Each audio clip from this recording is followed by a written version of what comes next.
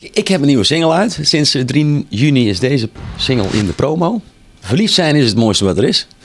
En volgens mij ben ik een van de laatste der Monicanen, want we hebben nog gewoon een fysieke single. Dit kun je nog thuis in de kast zetten. Hè? En een download heb je eigenlijk alleen maar de muziek. Dus downloaden is natuurlijk wel heel erg in op dit moment. En je kunt hem op een website downloaden en op heel veel platforms. Dus het gaat goed met mijn nieuwe single. CD-verkoop blijft moeilijk.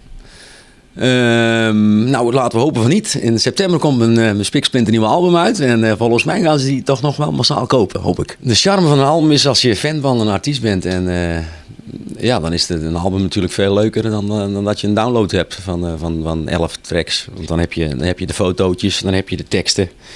En dan kun je hem nog afpoetsen en zo. Een album hebben is volgens mij voor een fan heel erg leuk.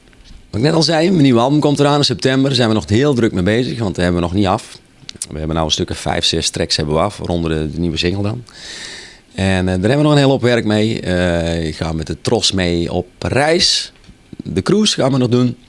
Ik ga ook nog even vakantie vieren, denk ik. In de tweede en de derde week van juli ga ik even weg, denk ik, met mijn gezin.